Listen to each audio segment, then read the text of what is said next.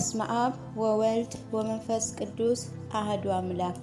የመጽሐፍ ቅዱስ ንባብ ኦሪት ዘፍጥረት ምዕራፍ 48 ያዕቆብ ኤፍሬምንና ምናሴን መባረኩ።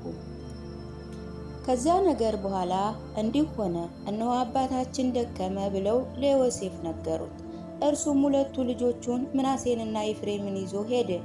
ለያዕቆብ እነሆ ልጆችህ ዮሴፍም መጥተዋል ብለው ነገሩት። እስራኤልም ተጠናከረ፣ በአልጋው ላይ ተቀመጠ። ያዕቆብ ዮሴፍን አለው፣ አምላኬ ከከነዓን ምድር በሎዛ ተገለጠልኝ፣ ባረከኝም፣ እንዲህም አለኝ፣ እነሆ አበዛሃለሁም፣ ለብዙ ሕዝብም ጉባኤ አደርግሃለሁ። ይህችንም ምድር ለአንተ ከአንተ በኋላም ለዘርህ ርስት እሰጥሃለሁ። አሁንም እኔ ወደ አንተ ከመምጣቴ በፊት በግብፅ ምድር የተወለዱልህ ሁለት ልጆችህ ለእኔ ይሁኑ። ኤፍሬምና ምናሴ ለእኔ እንደ ሮቤልና እንደ ስምዖን ናቸው። ከእነርሱ በኋላ የምትወልዳቸው ልጆች ለአንተ ይሁኑ፣ በርስታቸው በወንድሞቻቸውም ስም ይጠሩ። እኔም ከሶርያ መጽጲጦ በመጣው ጊዜ ወደ ኤፍራታ በመግባት ጥቂት ቀርቶኝ በፈረስ መጋለቢያ መንገድ ሳለው ራሔል በከነዓን ምድር ሞተችብኝ። በዛችም በኤፍራታ ወደ ፈረስ መጋለቢያ በሚወስደው መንገድ ላይ ቀበርኳት። እርሷ ቤተልሔም ናት። እስራኤልም የዮሴፍን ልጆች ለይቶ እነዚህ ምኖች ናቸው አለው። ዮሴፍም ለአባቱ እግዚአብሔር በዚህ የሰጠኝ ልጆቼ ናቸው አለው። ያዕቆብም እባርካቸው ዘንድ ወደ እኔ አቅርብልኝ አለው።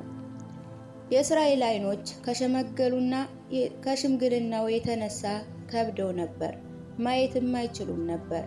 ወደ እርሱም አቀረባቸው፣ ሳማቸውም፣ አቀፋቸውም።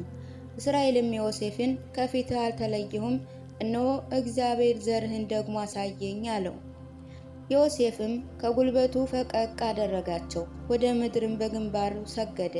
ዮሴፍ ሁለቱ ልጆቹን ወሰደ፣ ኤፍሬምንም በቀኙ በእስራኤል ግራ፣ ምናሴን በግራው በእስራኤል ቀኝ አቆማቸው።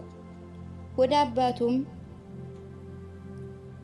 አቀረባቸው። እስራኤልም ቀኝ እጁን ዘርግቶ በኤፍሬም ራስ ላይ አኖረው፣ እርሱ ታናሽ ነበር። ግራውንም በምናሴ ራስ ላይ አኖረው፣ እጆቹንም አስተላለፈ። ያዕቆብም ባረካቸው፣ እንዲህም አለ፣ አባቶች አብርሃምና ይስሐቅን በፊቱ ደስ ያሰኙ እነርሱ እግዚአብሔር ከታናሽነቴ ጀምሮ እስከ ዛሬ ድረስ እኔን የመገበኝ እግዚአብሔር ከክፉ ነገር ሁሉ ያዳነኝ መልአክ እርሱ እነዚህን ብላቴኖች ይባርክ። ስሜም የአባቶች የአብርሃምና የይስሐቅም ስም በእነርሱ ይጠራል። በምድር ላይ ይብዙ፣ የብዙ ብዙ ይሁኑ። ዮሴፍም አባቱን ቀኝ እጁን በኤፍሬም ራስ ላይ ጭኖ ባየ ጊዜ ከባድ ነገር ሆነበት። ዮሴፍ የአባቱን እጅ በምናሴ ራስ ላይ ይጭነው ዘንድ ከኤፍሬም ራስ ላይ አነሳው። ዮሴፍም አባቱን አባቴ ሆይ እንዲህ አይደለም፣ በኩሩ ይሄ ነውና ቀኝህን በራሱ ላይ አድርግ አለው።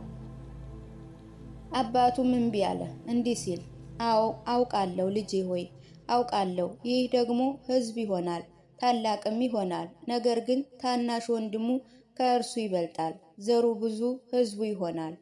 በዚያ ቀን እንዲህ ብሎ ተባረካቸው፣ በእናንተ እስራኤል እንዲህ ተብሎ ይባረካል፣ እግዚአብሔር እንደ ኤፍሬምና እንደ ምናሴ ይባርክህ።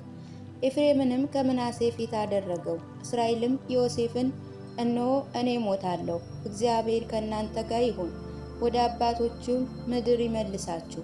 እኔም ከምድራችን እጅ በሰይፍና በቀስት የወሰድኩት ምርኮ ለአንተ ከወንድሞችም የተሻለውን እሰጥሃለሁ አለው። ምዕራፍ 49 ያዕቆብም ልጆቹን ጠርቶ እንዲህ አላቸው፣ በኋለኛ ዘመን የሚያገኘውን እንድነግራችሁ ተሰብሰቡ። እናንተ የያዕቆብ ልጆች ኑ ተሰብሰቡ፣ ስሙ፣ አባታችሁ እስራኤልም አድምጡ። ሮቤል እርሱ የበኩር ልጅና ኃይሌ የልጆች መጀመሪያ ነው። ክፉ ሆነ፣ አንገቱም አደነደነ፣ ጭንቅ ነገርንም አደረገ። እንደ ውሃ የሚዋልል ነው፣ ኃይል የለውም። ወደ አባቱ ምኝታ ወጥቷልና ያን ጊዜ የወጣበትን አልጋ አርክሷልና። ስምዖንና ሌዊ ወንድማማቾች ናቸው። በጭቅጭቃቸውና በጦራቸው አመፅን ፈጸሙ። በምክራቸውም ሰውነቴ አትገናኛቸውም፣ አሳቤ በአመፃቸው አትተባበርም። በቁጣ ሰዎችን ገድለዋልና በገዛ ፈቃዳቸውም የሀገርን ስር ቆርጠዋልና። ቁጣቸው ርጉም ይሁን፣ ጽኑ ነበርና ቁርፈታቸውም ብርቱ ነበርና። በያዕቆብ እከፋፍላችኋለሁ፣ በእስራኤልም እበትናችኋለሁ። ይሁዳ ወንድሞቹ አንተን ያመሰግኑሃል፣ እጅህ በጠላቶችህ ደንደስ ላይ ነው። የአባት ልጆች በፊት ይሰግዳሉ። ይሁዳ የአንበሳ ደቦል ነው። ልጄ ሆይ ከመሰማሪያ ወጣ፣ እንደ አንበሳ ተኛ አንቀላፋህም፣ እንደ አንበሳ ደቦልም የሚቀሰቅስህ የለም። መንግስት ከይሁዳ አይጠፋም፣ ምስፍንናም ከአብራኩ ለእርሱ የሚጠብቀውን እስኪያገኝ ድረስ የአሕዛብ ተስፋቸው እርሱ ነውና። አህያይቱን በወይን ግንድ ያስራል፣ የአህያይቱንም ግልገል በወይን ሐረግ፣ ልብሱን በወይን ያጥባል። መጎናጸፊያው በዘለላ ደም፣ ዓይኖቹ ከወይን ይልቅ ደስ ያሰኛሉ፣ ጥርሱም ከወተት ይልቅ ነጭ ነው። ዛቢሎን ጫማውን አዝቦ ይኖራል፣ እርሱ እንደ መርከቦች ወደብ ይሆናል፣ ዳርቻውም እስከ ሲኖዳ ይሰፋል። ይሳኮር መልካም ነገርን ወደደ፣ በተወራራሾቹ መካከል ያርፋል። እረፍትንም መልካም መሆኗን ምድሪቱንም የለማች መሆኗን ባየ ጊዜ ምድርን ያርስ ዘንድ ትከሻውን ዝቅ አደረገ፣ በስራውም ገበሬ ሆነ። ዳን ከእስራኤል ነገድ እንዳንዱ በወገኑ ይፈርዳል። ዳን በጎዳና ላይ እንደሚያደባ እባብ ይሆናል። በመንገዱም የፈረሱን ሰኮና እንደሚያናደፍ እንደ ቀንዳም እባብ ነው። ፈረሰኛውም ወደ ኋላ ይወድቃል። እግዚአብሔር ምንድነው ያድነው ዘንድ ይጠብቃል። ጋድን ሽፍቶች ቀሙት፣ እርሱ ፍለጋቸውን ተከታትሎ ቀማቸው። የአሴር እንጀራ ወፍራም ነው፣ እርሱ ለአለቆች ደስ የሚያሰኝ መብልን ይሰጣል። ናፍታሄል በፍሬው ላይ ውበትና የሚሰጥ ሰፊ ዘንባባ ነው። ዮሴፍ የሚያድግ ልጅ ነው፣ ለእኔ በጣም የተወደደ የሚቀናልኝ የሚያድግልኝ ልጄ ነው። ወደ እኔ የሚመለስ ጎልማሳ ነው። በመከራቸው የሰደቡት ጌቶች ሁኑበት፣ ቀስተኞችም ወጉት። ነገር ግን ቀስቶቻቸው በኃይል ተቀጠቀጡ፣ የእጃቸውም ክንድ ስርም በያዕቆብ ኃይል እጅግ ዛለ። በዚያም በአባትህ አምላክ ዘንድ እስራኤልን አጸናው። የእኔ አምላክ ረዳ። ከላይ በሰማይ በረከት ሁሉ የሚገኝበት በምድር በረከትም በጡትና በማኅፀን በረከት ባረከ። የአባትህን የእናትህን በረከቶች ጽናዋን ከሆኑ ከተራሮች በረከቶች ይልቅ ይበልጣል። ለዘላለሙ ያን ከሆኑ ኮረብታዎች በረከቶች ይልቅ ኃያላን ናቸው። እነርሱ በዮሴፍ ራስ ላይ ይሆናሉ። በወንድሞች መካከል አለቃ በመሆኑ ራሱ አናት ላይ ይሆናል። ብንያም ነጣቂ ተኩላ ነው፣ በጠዋት ይበላል፣ የማረከውንም ምግቡን በማታ ለሕዝብ ይሰጣል። እዚህ ሁሉ 12ቱ የያዕቆብ ልጆች ናቸው። አባታቸው ይህን ነገር ነገራቸው፣ ባረካቸውም። እያንዳንዳቸውም እንደ በረከታቸው ባረካቸው። የያዕቆብ መሞትና መቀበር። እንዲህ ብሎ አዘዛቸው፣ እኔ ወደ ወገኖቼ እሰበሰባለሁ። በኬጢያዊ በኤፍሮን እርሻ ላይ ባለችው ዋሻ ከአባቶች ጋር ቅበሩኝ። እርሷ በከነዓን ምድር በመምሬ ፊት ያለች አብርሃም ለመቃብር ርስት ከኬጢያዊ ከኤፍሮን ከእርሻው ጋር የገዛት ባለ ድርብ ክፍል ዋሻ ናት። አብርሃምና ሚስቱ ሳራም በዚያ ቀበሯቸው። ይስሐቅና ሚስቱ ርብቃንም በዚያ ቀበሯቸው። ከዚያም እኔ ሊያን ቀበርኳት። እርሻውና በእርሷ ላይ ያለችው ዋሻ ከቄጥ ልጆች የተገዙ ናቸው። ያዕቆብም ትእዛዙን ለልጆቹ ተናግሮ በፈጸመ ጊዜ እግሮቹን በአልጋው ላይ ዘረጋ። ሞተ፣ ወደ ወገኖችም ተጨመረ። ምዕራፍ 50 ዮሴፍ አባቱ ፊት ወደቀ፣ በእርሱ ላይም አለቀሰ፣ ሳመውም። ዮሴፍም ባለመድኃኒቶች አገልጋዮችም አባቱን በሽቶ ያሸቱ ዘንድ አዘዘ። ባለመድኃኒቶችም እስራኤልን በሽቶ አሹት፣ 40 ቀንም ፈጸሙለት። ሽቶ የሚቀቡት ቀን እንዲሁ ይቆጠራሉና የግብፅ ሰዎችም 70 ቀን አለቀሱለት። የለቅሶው ወራት ከተፈጸመ በኋላ ዮሴፍ ለፈርዖን መኮንን እንዲህ ብሎ ተናገረ። እኔ በፊታችሁ ሞገስን አግኝቼ እንደሆነ ለፈርዖን እንዲህ ብላችሁ ስለ እኔ ንገሩት። አባቴ ሳይሞት አምሎኛል እንዲህ ሲል፣ እነሆ እኔ ሞታለሁ፣ በቄፈርሆት መቃብርም በከነዓን ምድር በዚያ ቅበረኝ። አሁንም ወጥቼ አባቴን ልቅበርና ልመለስ። ፈርዖንም ዮሴፍን አለው፣ ውጣ፣ አባትህንም እንዳለህ ቅበረው። ዮሴፍም አባቱን ሊቀብር ወጣ። የፈርዖን ሌሎች ሁሉ፣ የቤቱ ሽማግሌዎች ሁሉ፣ የግብፅ ምድር ሽማግሌዎች ሁሉ ከእርሱ ጋር ወጡ። ዮሴፍም ቤተሰቦቹን ሁሉ፣ ወንድሞቹን፣ የአባቱን ቤተሰቦቹ ልጆችና በጎችንም ከብቶቻቸውን ብቻ በጌሴም ታው፣ ሰረገሎችንም ፈረሰኞችንም ከእነርሱ ጋር ወጡ። ሰራዊቱም ብዙ ነበር። በዮርዳኖስ ማዶ ወዳለችው ወደ አጣድ አውድማ ደረሱ።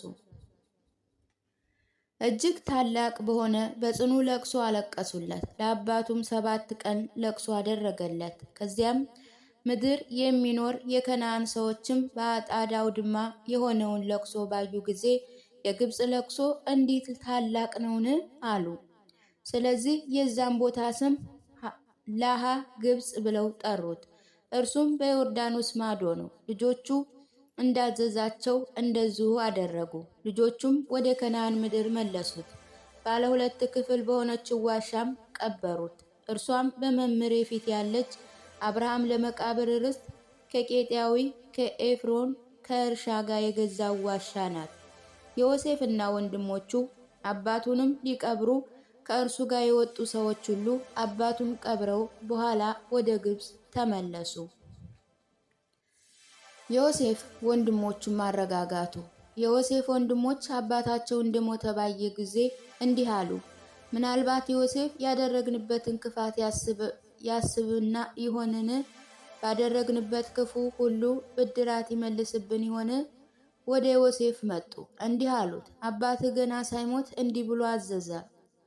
ዮሴፍ እንዲህ በሉት፣ እባክህ የወንድሞችን በደል ኃጢአታቸውንም ይቅር በል፣ እነርሱ በአንተ ፊት ክፉ አድርገዋልና። አሁንም እባክህ የአባት አምላክ ባሪያዎች የበደሉን ይቅር በል። ዮሴፍም ይህን ሲሉት አለቀሰ። ወንድሞቹ ደግሞ መጡ፣ እነሆ እኛ ለአንተ አገልጋዮች ነን አሉት። ዮሴፍ አላቸው፣ አትፍሩ፣ ይህ ከእግዚአብሔር ዘንድ ሆኗልና። እናንተ በእኔ ላይ ክፉ መከራችሁ፣ እግዚአብሔር ግን ዛሬ እንደሆነው ብዙ ሕዝብ እንዲመግብ ለማድረግ ለእኔ መልካም መከራ። አሁንም አትፍሩ፣ እኔ እናንተንና ቤተሰቦቻችሁን እመግባለሁ። አጽናናቸው፣ በልባቸው የሚገባ ነገርንም ነገራቸው። የዮሴፍ ሞት። ዮሴፍ በግብፅ ሀገር ተቀመጠ፣ እርሱና ወንድሞቹ የአባቱ ቤተሰብም። ዮሴፍም 110 ዓመት ኖረ። ዮሴፍ የኤፍሬምን ልጆች እስከ 3 ትውልድ አየ። የምናሴ ልጅ የማኪር ልጅ በዮሴፍ ጭን ላይ ተወለዱ። ዮሴፍም ወንድሞቹን አላቸው፣ እኔ እሞታለሁ፣ እግዚአብሔር መጎብኘትን ይጎበኛችኋል፣ ከዚህች ምድር ያወጣችኋል፣ ለአባታችን ለአብርሃም ለይስሐቅ ለያዕቆብም ወደ ማለላቸው ምድር ያገባችኋል። ዮሴፍም የእስራኤል ልጆችን እግዚአብሔር በጎበኛችሁ ጊዜ አጥንቴን ከዚህ አንስታችሁ ከእናንተ ጋር አውጡ ብሎ አማላቸው። ዮሴፍም በ110 ዓመት ዕድሜው ሞተ። በሽቶም አሹት፣ በግብፅ ምድርም በሳጥን ውስጥ አኖሩት።